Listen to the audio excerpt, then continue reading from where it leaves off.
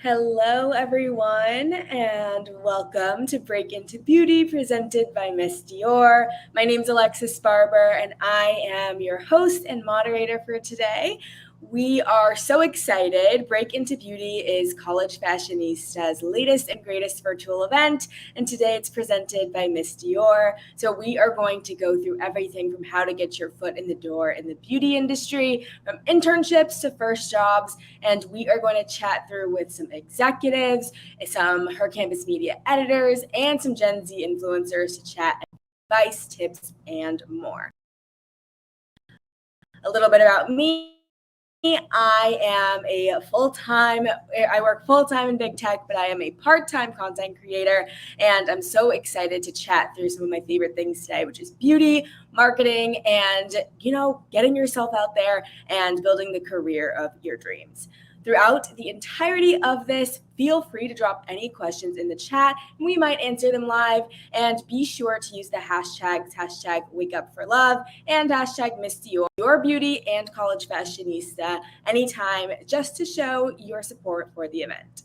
You're also so lucky because we have some incredible giveaway prizes like a Miss Dior fragrance set, personalized Miss Dior body products, and more. So if you RSVP'd, make sure your email is on during the event because we will be giving away a prize literally every 15 minutes. So don't forget, you can also shop those Dior products below and you will receive free samples with every order. So don't forget to do that and get ready to take some notes because we are giving you a ton of incredible tea today. So are you ready to get started? I can't even hear you, so I hope so. All right, to get started, we are going to chat through with some Christian Dior perfume employees. Then we will jump into some incredible career advice, chat with Becky Lowe, the Director of Fragrance Education, and Jennifer Moon, the Senior Director of Marketing at Christian Dior Perfume. So I'm super excited, and let's get into our panel.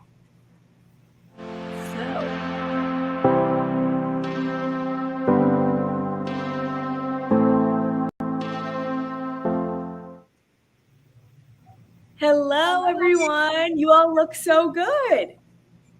Hey, you too. Hi.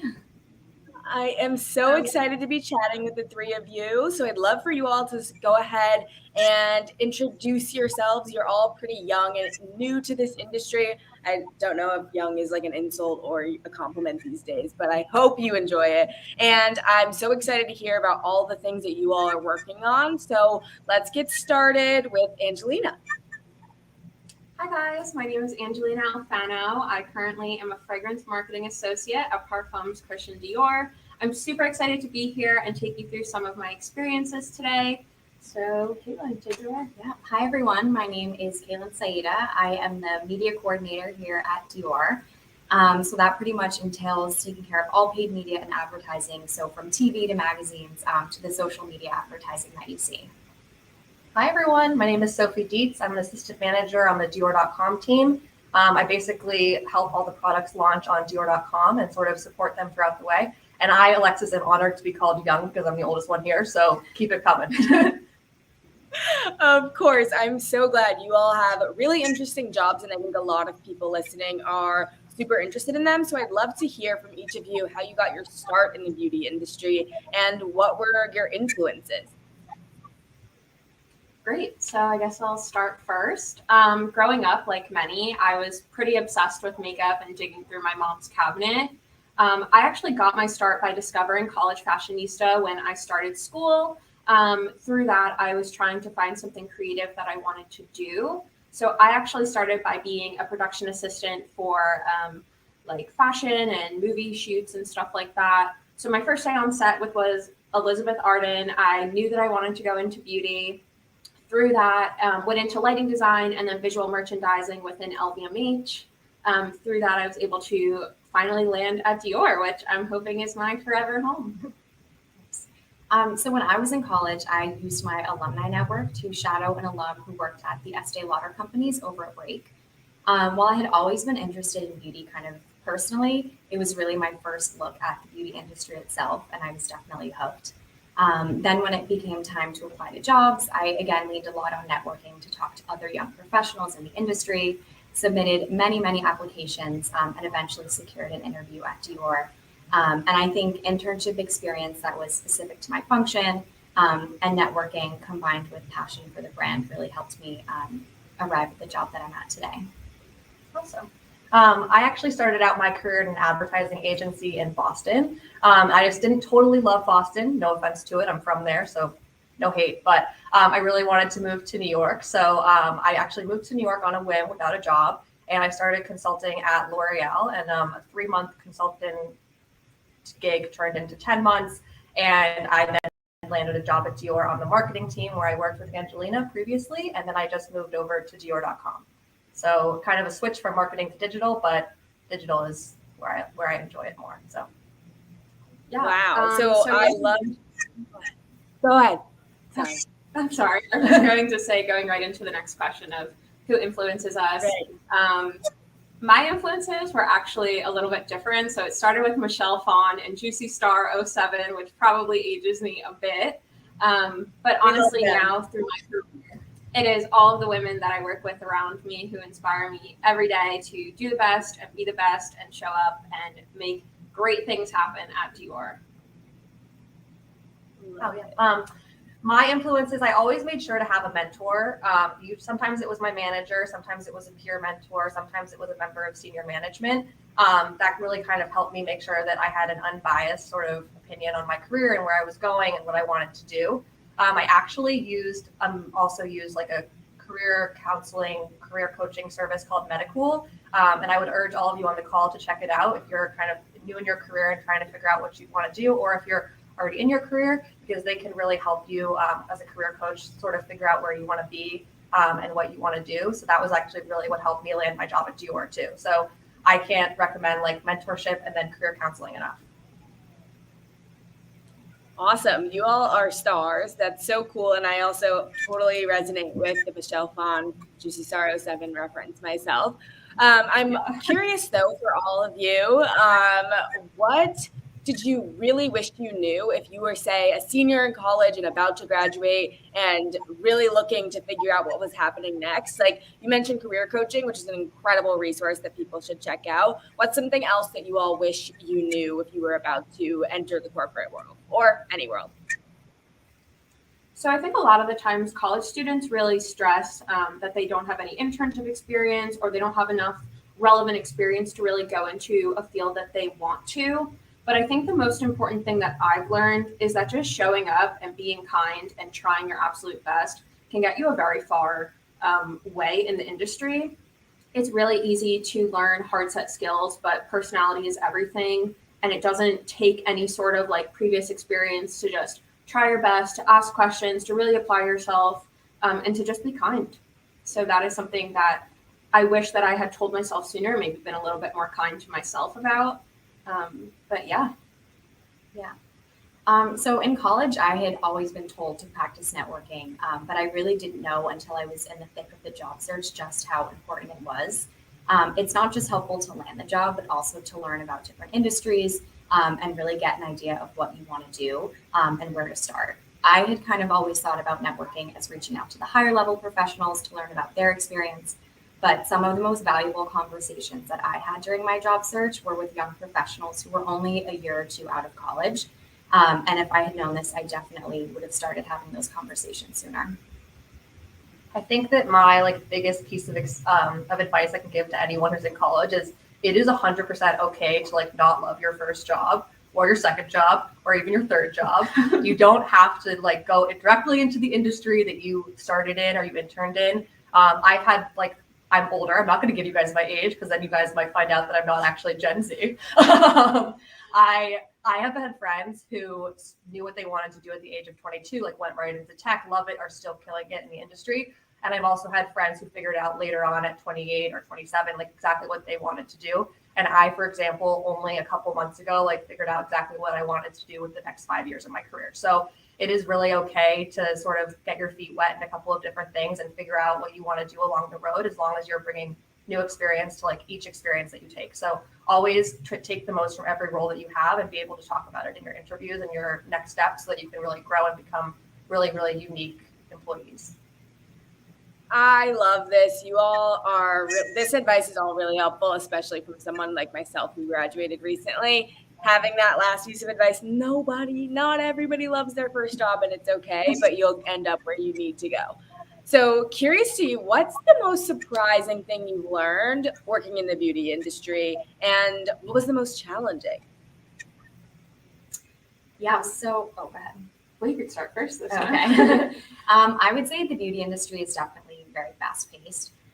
This can be a challenge if priorities and campaigns are being revised up until the very last minute. But it also keeps things interesting. It allows us to stay really reactive to global changes and our clients' needs. It can also be really exciting because no two campaigns, no two seasons, and no two activations are the same. So it really keeps things exciting. Yeah.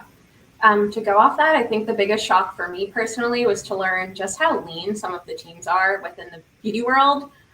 Teams are usually on the smaller side, which is actually a pretty good thing because you spend all day with these people. They become like your family. They're more than just your coworkers. They are your actual team. Also, because of this, going back to what I said, it's super important to be kind and not burn any bridges because the beauty world is so small. But yeah, I wouldn't say there's really anything challenging. Maybe one more surprising thing is that you're not just swatching lipsticks or spraying fragrance all day. There is a lot of analytical work involved. So just keep that in mind. I can't add anything to both those words. Yeah, it sounds just like that, honestly. And I think it's really important to note that part that it's not just, beauty, glamour all the time. You're going to have to learn a lot of hard skills. But like you said, you can learn that so long as you're passionate and ready to show up. So, and speaking of making your own opportunities, I want to say thank you so much to you all for chatting through this. You all are really incredible, and I'm so jealous of your jobs a little bit. But thank you so much for participating. And let's pass over to our favorite TikTok career coach, Rowan, to talk about a couple ways that you can make your own opportunities. Thanks, Alexa.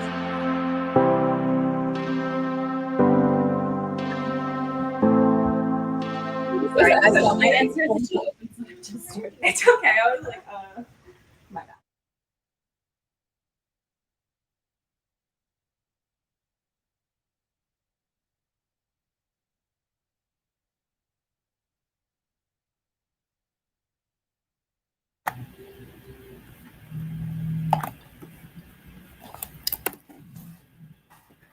Hello, hi everyone. Can you all hear me?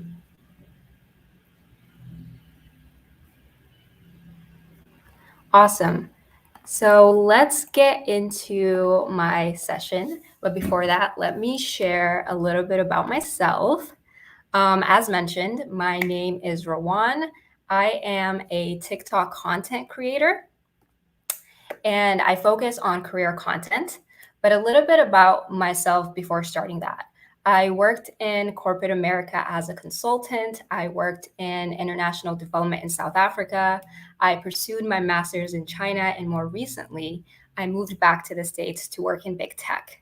And so I've been very fortunate to have a career that has been full and rich of great learning experiences. But being first generation, I didn't always have the mentorship and guidance to figure it out or to reach out to mentors to do that. And so that's really what inspired me to create my TikTok so that I can share my learnings with people and help others that could be that are potentially in my position.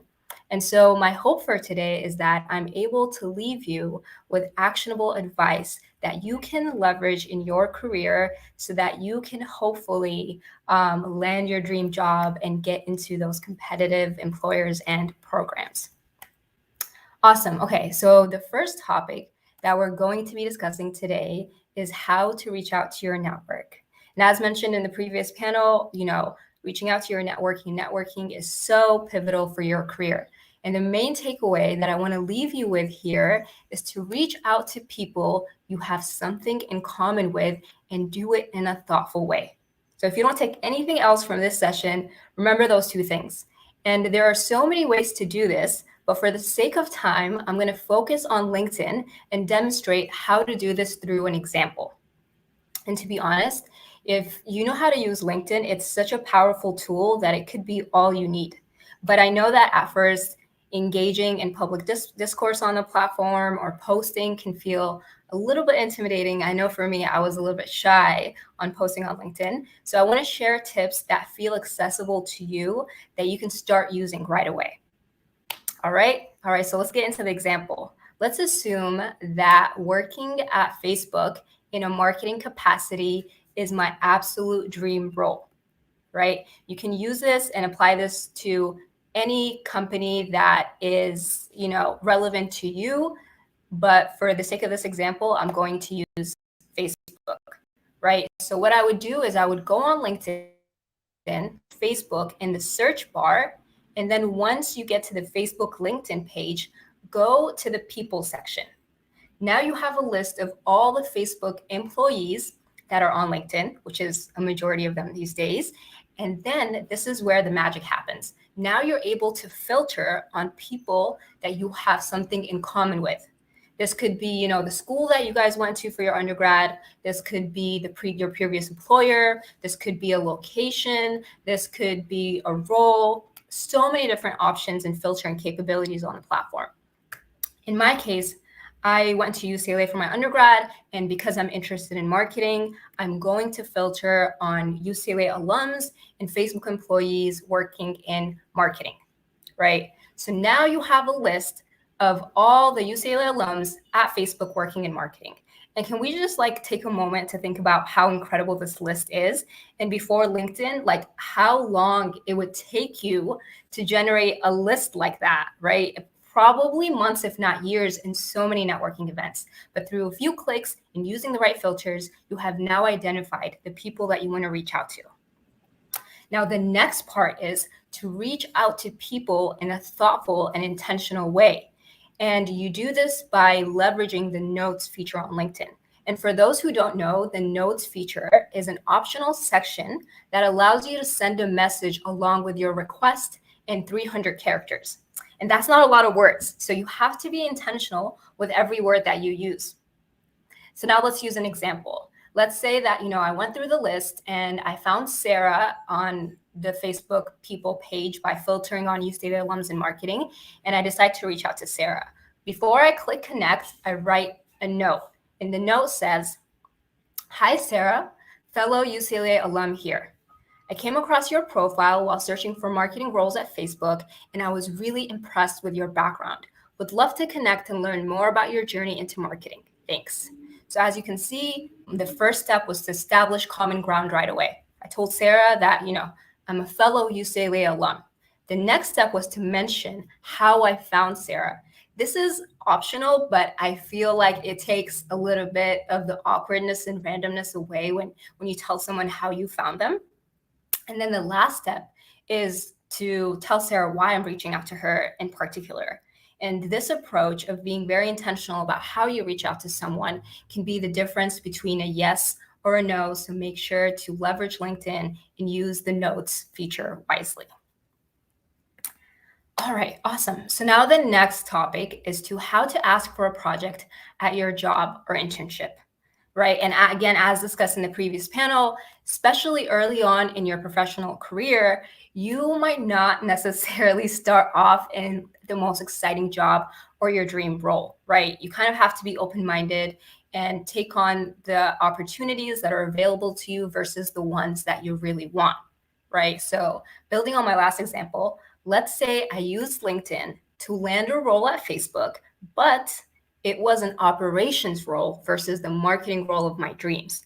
Now I'm starting my internship at Facebook in this operations role. How do I go about asking for a project in the marketing department? There's a few pieces of advice that I have here on how to approach this. The first piece of advice is it's really important to set a strong foundation in your current scope.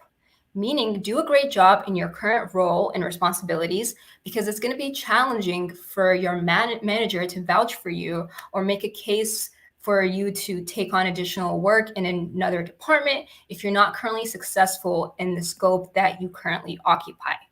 Now, once you're successful in why they hired you and you've demonstrated that you can take on more work or that you can support another department, the next piece of advice is to leverage your allies for help. This could be your manager, this could be your friend, this could be a peer. It's the people who you feel want to see you succeed. And it's important to let them know of what your career goals and prospects are. It can sometimes feel intimidating to share with people. It can feel vulnerable. You might not want to put yourself out there. But if you don't let people who want to support you know what your career goals are, then it's how are they ever going to be able to support you, right? Like, your peer teammate can know about this amazing marketing opportunity that opened up, but if they don't know that you're interested in marketing, then they're not going to reach out to you, right? So it's really important to have that circle of allies and express to them what your goals are and allow them to help you get there along the way.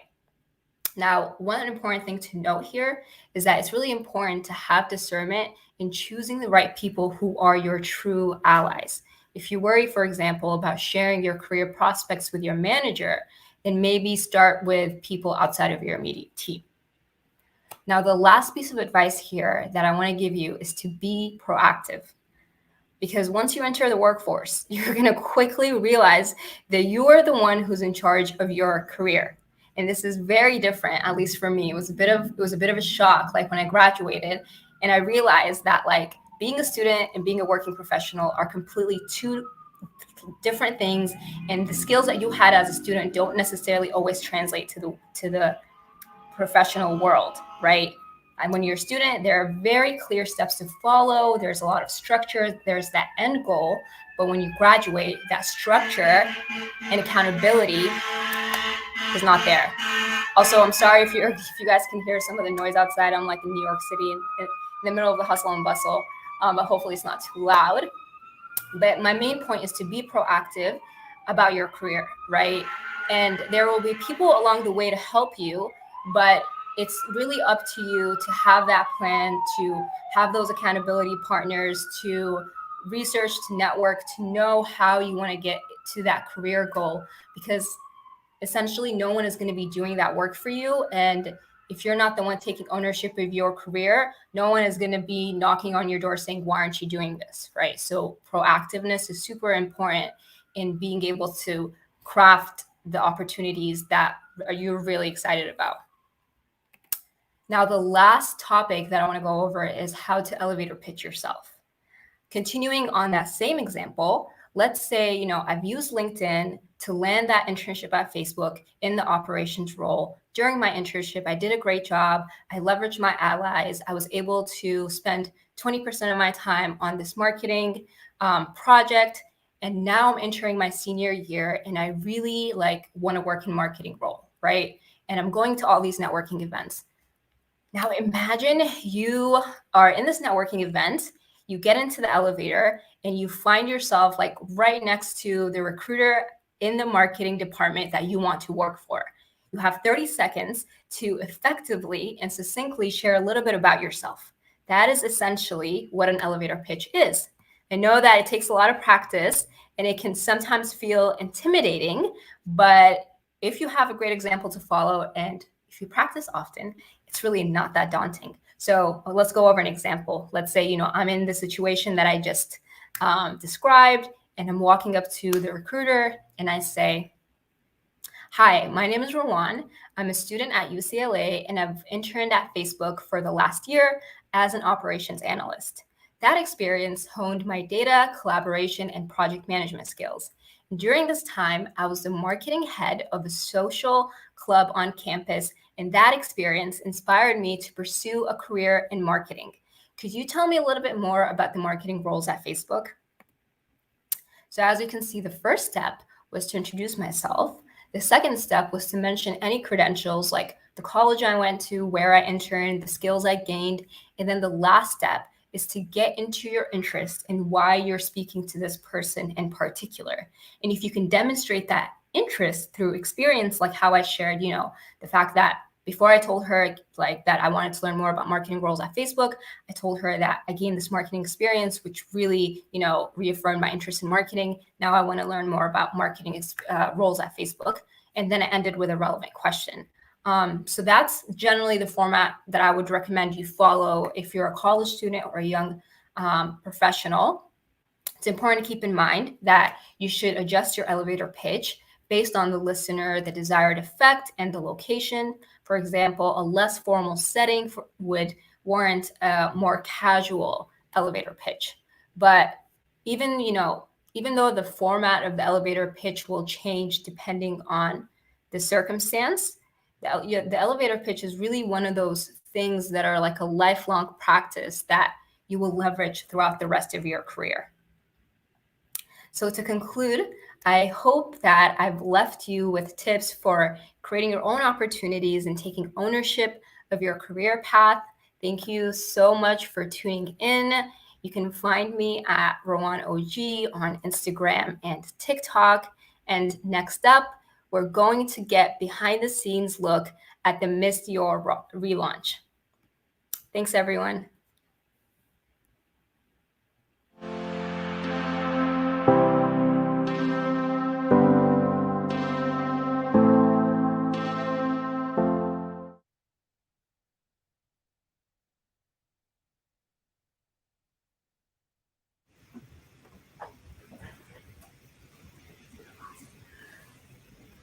Hi, everyone. My name is Becky Lowe. I am the Director of Fragrance Education, and I'm very excited to be here and share a little bit about me and my role, and maybe talk a little bit about what goes on behind education, if you will. So my role here at Parfums Christian Dior is all about education and adapting content so that it's right for North America. And how am I in this role, and where did my path, how did it lead me here? And so it might be different for every one of us. And you just met three extraordinary colleagues of mine who shared with you and Alexis their role. But my path actually started at the selling floor. I think I was about 20 years old. I was in college and had always loved beauty, but I actually started, it's like over 30 years ago. I've been in the industry a really, really long time, and I love it. And I just worked my way up in the industry and just set my sights on working my way into the next position and the next position. So I'm really kind of probably a little bit of a different path than maybe some of you, but I think from my perspective, being in a director and education role for Parfums Christian Dior, it was important for me to have that experience on the selling floor and be able to come face to face with clients and getting to know them and finding out what works, what doesn't work. And in that process, I kind of fell in love with education, and clients would say to me, I've learned so much from you. And then I just started kind of falling in love with that path. And I found my way in the industry and worked my way up from the selling floor to now I'm in the New York office. I've worked for several companies, but still education was always my path. So I love training. I love seeing that light bulb go on for people. And that's a little bit about me. So I know Sophie said she was the oldest on the panel, but I think actually I've got Sophie beat by just a few years. And so with that said, this section is a little bit about behind the scenes. So I think it might be kind of interesting for you to know a little bit behind the scenes, what goes on with the launch of a fragrance, and from an education perspective though. And so if there are any Dior lovers out there, you may know that we most recently launched the newest interpretation of Miss Dior Eau de Parfum. It is so delicious. And if you haven't smelled it, I encourage you to go and experience it. But essentially, this is an interpretation of a beautiful scent. And just like fashion changes and evolves, so do fragrance trends as well. And so this is the newest rendition or interpretation. And it is a beautiful, fresh, but sensual floral. It opens up and there's a touch of sweetness, but moreover fresh. And then as you wear it, it dries down to a beautiful sensual scent. And so with all that said, you kind of have to take this and then you've got to bring it to life and infuse storytelling in. And so that's what we do, is that we learn from our marketing teams, we learn from our central office teams, and then we start to build out, what does that look like?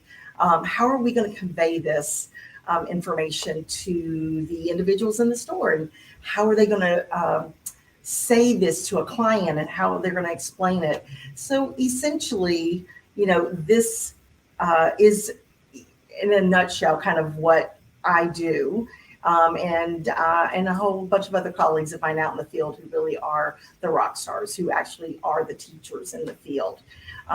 Miss Dior, for some of you who actually may not know this, was our founding fragrance.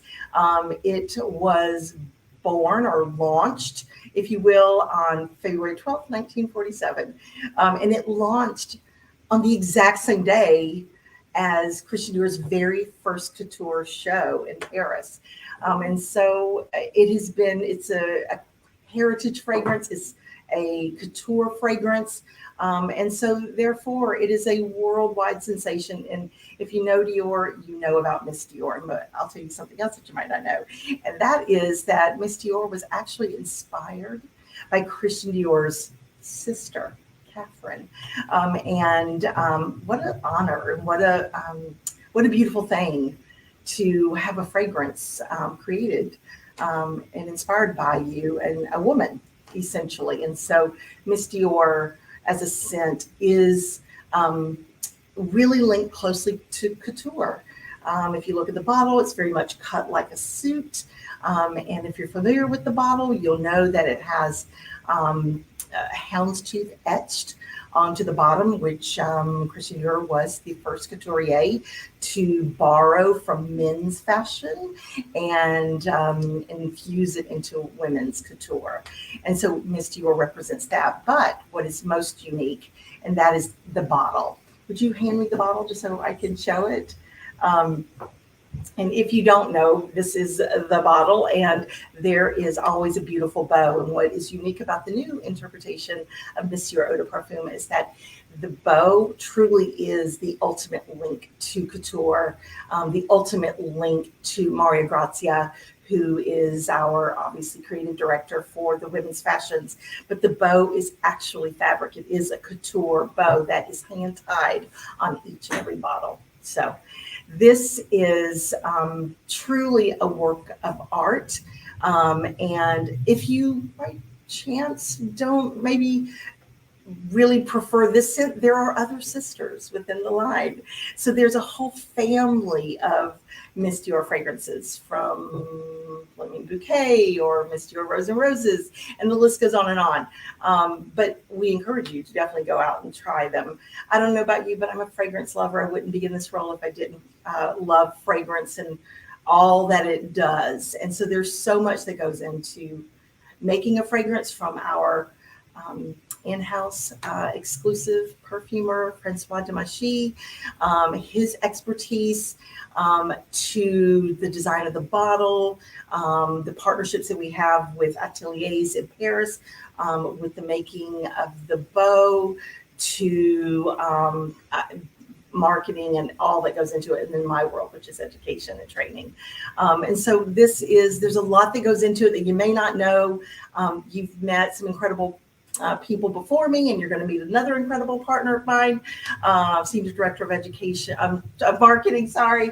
But you're really going to start to kind of get a full view of what it takes at Parfums Christian Dior to launch a fragrance, to understand all the elements that truly go into creating a one-of-a-kind scent, something that everyone can enjoy. And I really feel pretty confident that if you do find your way to a Dior counter, you will too fall in love with this extraordinary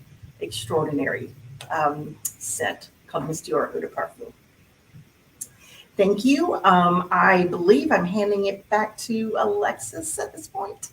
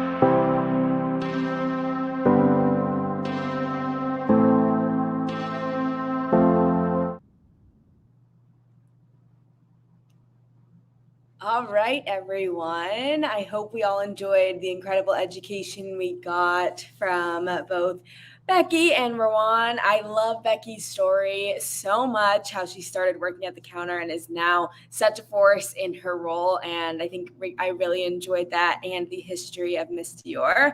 Now I am so excited to be chatting with Jennifer Moon. We are going to chat through everything that it takes to be a senior director of marketing at Parfums Christian Dior. So I'm super excited to chat with you. Would you mind introducing yourself and telling us a little bit more about your role?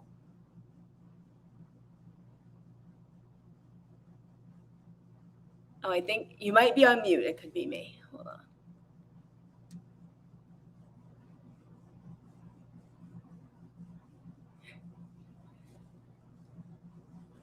Are we good?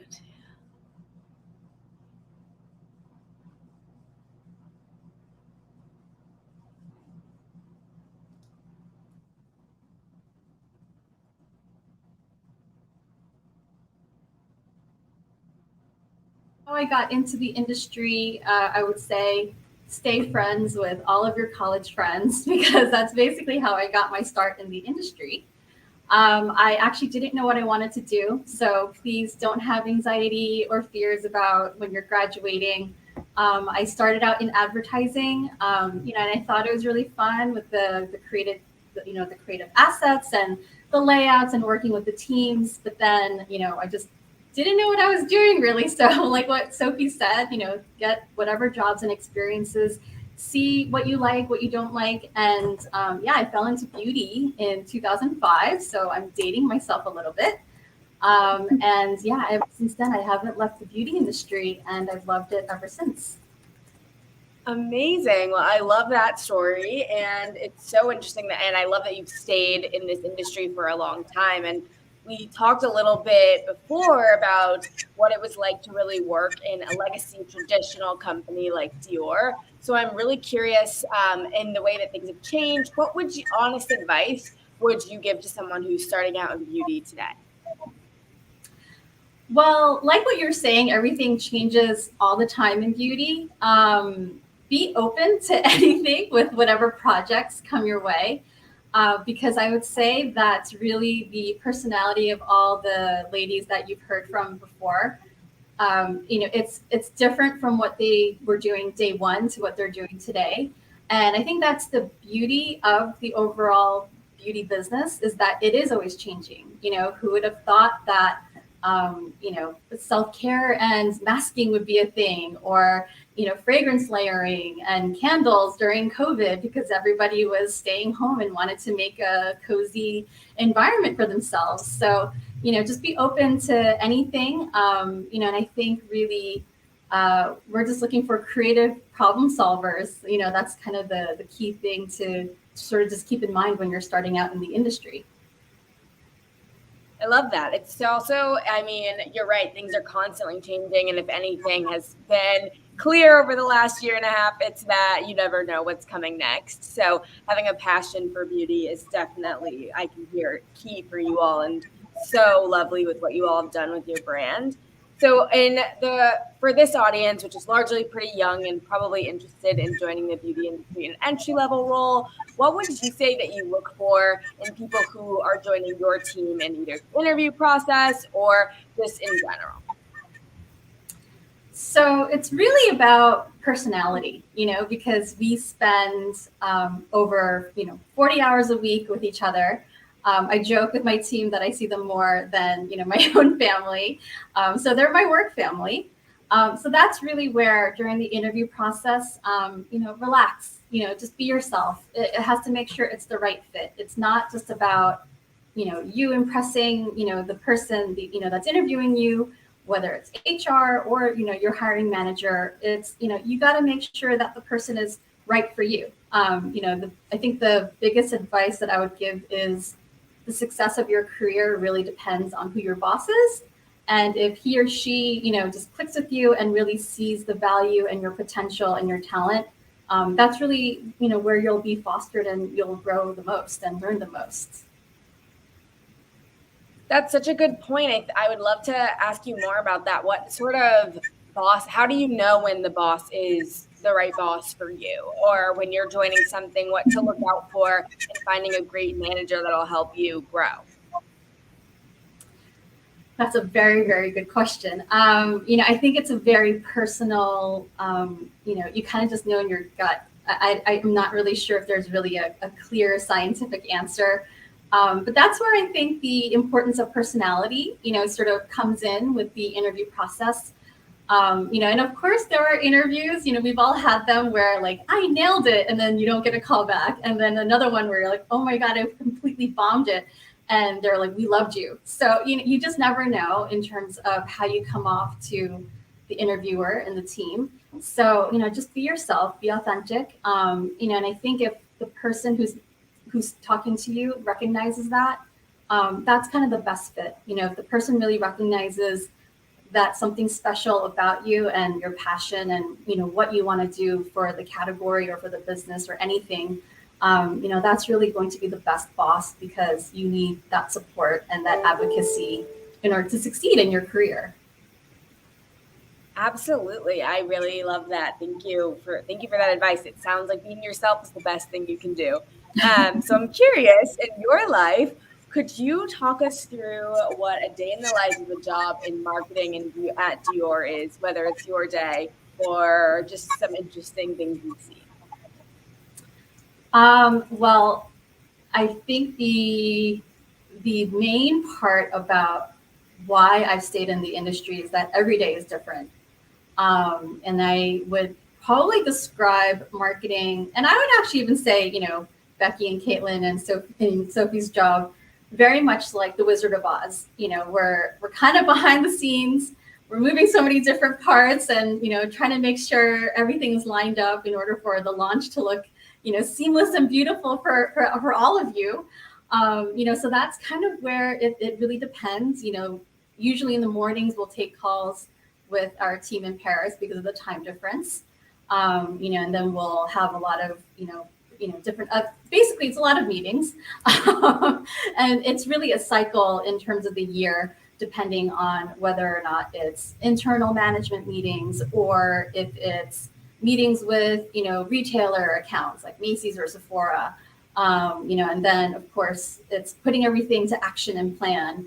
And then there's making sure that we have the sales meeting and presenting to, the people out, in the field that are going to make it happen, and make the magic happen in store. So it kind of depends on the cycle of the, time of year.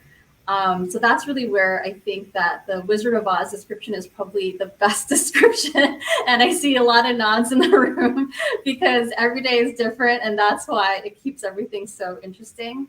But that's kind of where I guess the other piece is we look for a lot of right and left brain. So in essence, marketers are a bit of unicorns because they have to dream. They also have to make that dream, quantitative with the numbers behind it, since it is a business. So that's really where, marketing can really, it's a big spectrum of talent and personalities that we look for, because it's always changing. So you just never know who the right fit is. Absolutely. I think that's a really good point too of the right and left brain. I love that because as I've worked in marketing, I mean, you will not believe the amount of data and analytics that are necessary to run a campaign. And it's really important to keep that in mind. Not to intimidate anyone, you can have your dream and learn your hard skills, but keep it in mind when you're going into something like this. So in that same vein, would you say that that's one of the part of the job that applicants may not expect? And if so, and is there anything else that you think applicants might not expect? I'm not sure. I think a lot of, what the expectations might be is, being the most creative. And yes, that is important. But, you are absolutely right. You have to be able to, understand what your creativity delivered. Like how many people, how many eyeballs were looking at it. That's, Caitlin's job, with Becky, what was the impact after, her team had deployed a specific training? With Sophie, when she launches a new product and she's had a campaign against it, how many people clicked onto that page that day? So, that's kind of where, that right and left brain comes upon it. But that's where they also have to dream. It's the unexpected that makes the job so much fun and why the category is so great. But yeah, I think that's, one of the many unexpected, but it's also kind of, it makes sense, from common sense aspect, and you can learn it. It's not that you have to come in naturally like that. That's where internships come in. That's where working in store also comes in.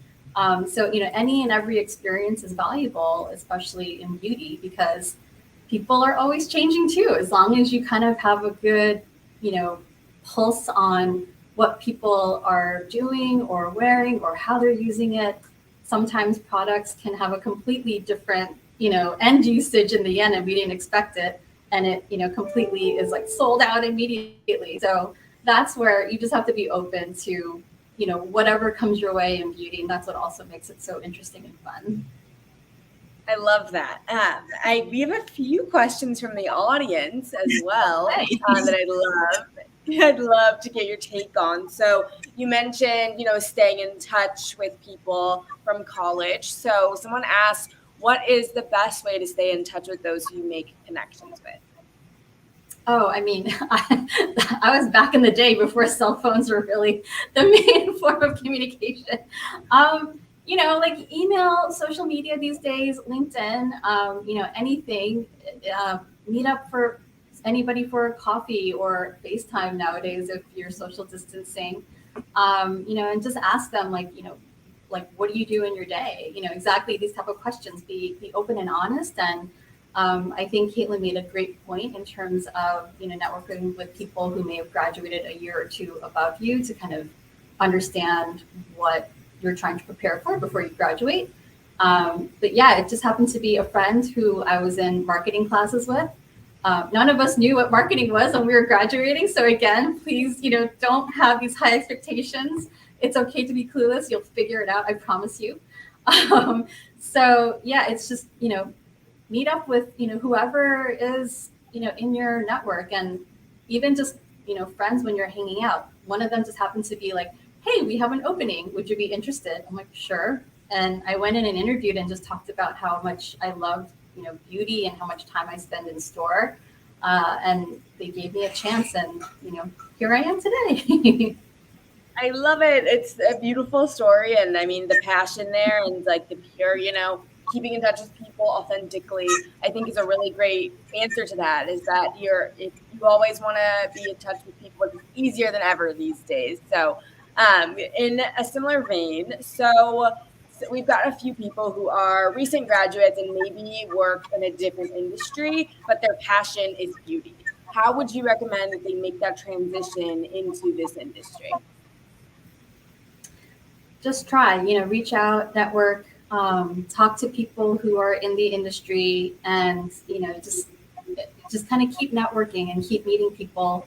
I think the other piece is to also make sure that you love it, because, every job comes with craziness and its challenges, and you just have to make sure you truly love it to sort of stick with it.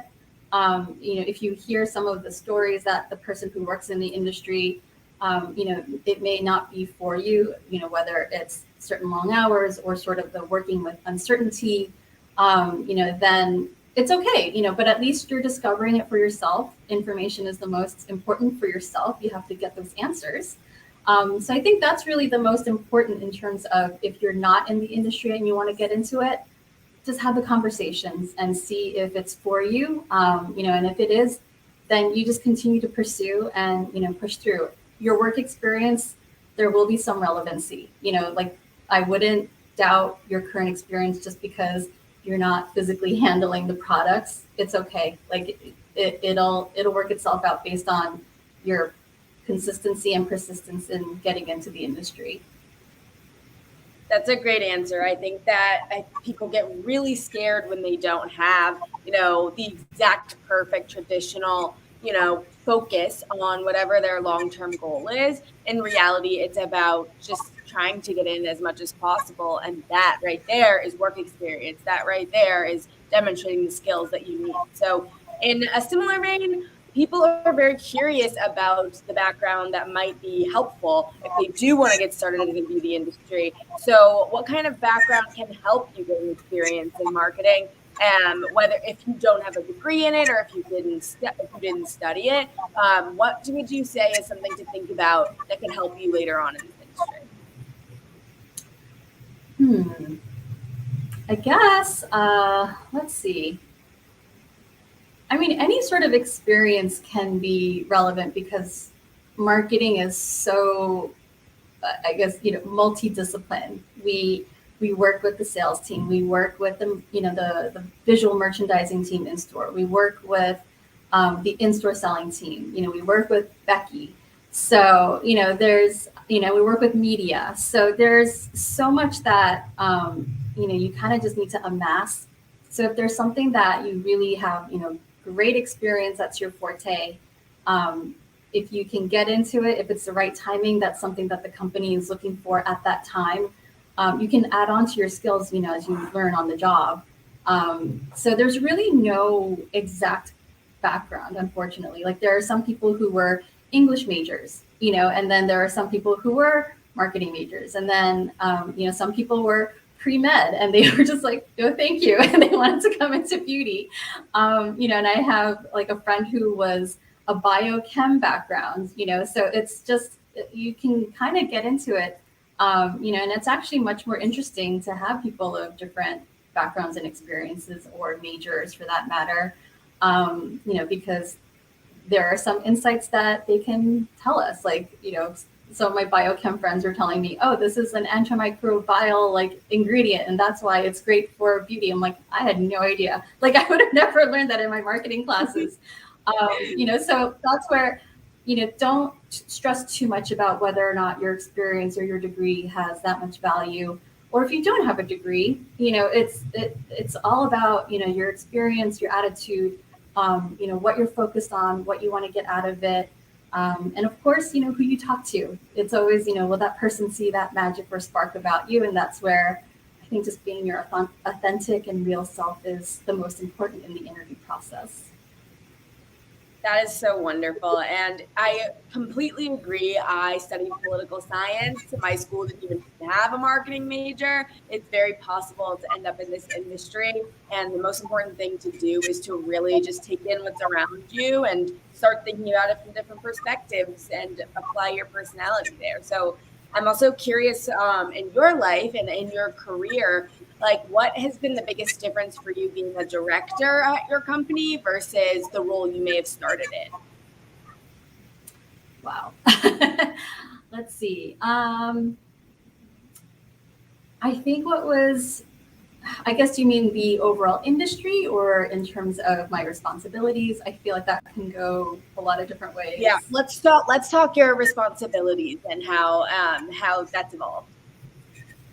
So I don't think it's changed too much. I mean, because as Angelina was saying, the team is very lean, so we all kind of roll up our sleeves.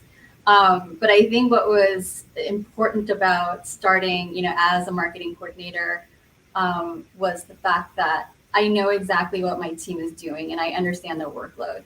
So it's my job to make sure that they're taken care of and that there's only 24 hours in a day and you're not supposed to work all 24 hours, but we have to get it done somehow. So that's where I think my experience, starting out, doing more of the administrative type of work really has helped me, manage my team's time the best and make sure that, there's limited burnout, that we're efficient, that we're focusing, working smarter, not harder. So that's, I think, where, starting from there and getting to where I am in that progression has really helped manage that. But in that same vein, there's the opportunities to always look for, of course you want to get ahead, what's the way to get promoted. And it's, trying to learn skills. It's trying to work with actually the friends that are at your level, like other coordinators or other managers, depending on where you are, and really relying on them. Maybe some of them are really great at PowerPoint. Maybe others are really great at Excel. And sort of just, learning skills off of each other to really understand, how to understand the business better, how to understand the industry better. And then, of course, relying on your resources and other colleagues to teach you. Like I ask Becky all the time, does this make sense from your time, in teaching schools? Were these the types of questions that came up? So it's just, as you kind of go along in your career, you just need to continue to network, within the company and, learn from each other and learn from the colleagues because, you're all at the same company.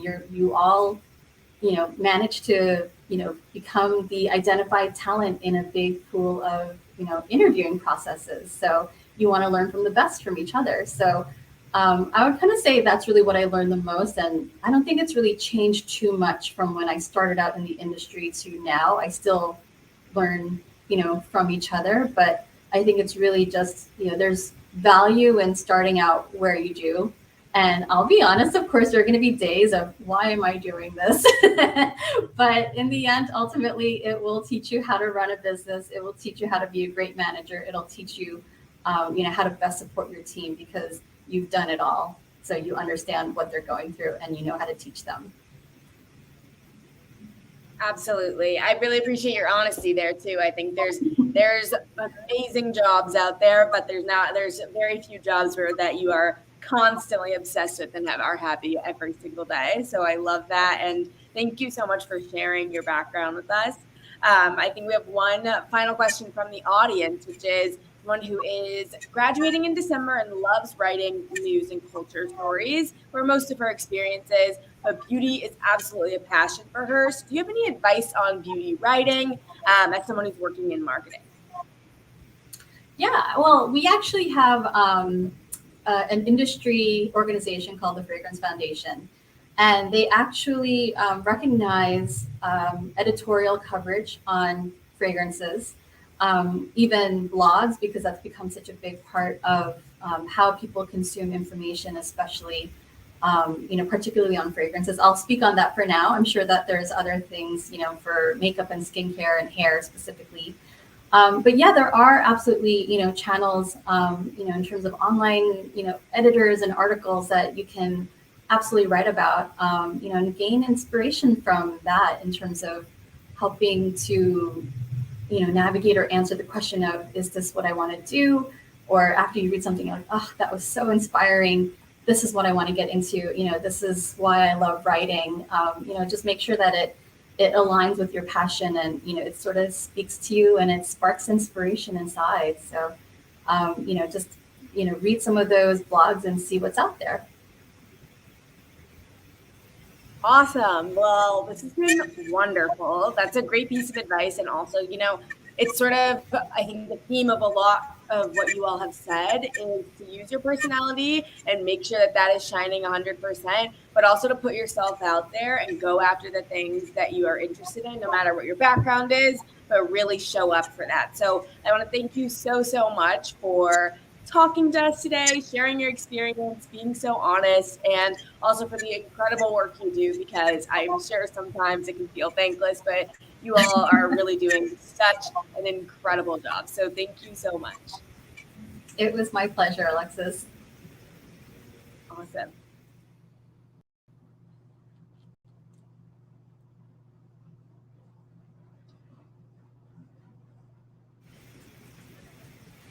Yeah, I think we're good.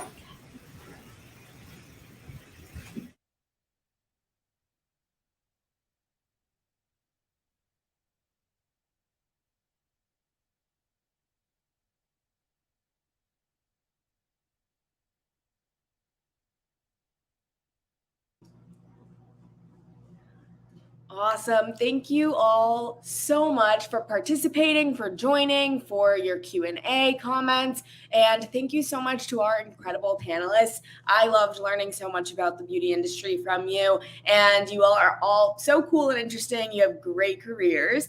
A special thank you as well to our partners at Dior Beauty. It is just an incredible company, and I think their willingness to share their experience here really demonstrates what a great organization this is, not to mention the incredible Dior products, which you can still shop below. You will receive free samples with every order, which is a big deal to me. I love a good free sample to put in my bag all the time. And don't forget that if you RSVP'd for today, check your email to see if you are one of our wonderful giveaway winners, because we have a lot of stuff available for you all. So hashtags for posting anything that you all loved today are hashtag wake up for love and hashtag Miss Dior. And don't forget to tag Dior Beauty and College Fashionista. Thank you, College Fashionista, for putting this on and for your incredible help. And you can watch this back here on breakintobeauty.collegefashionista.com anytime. So thank you so much for watching, and have a great rest of your day.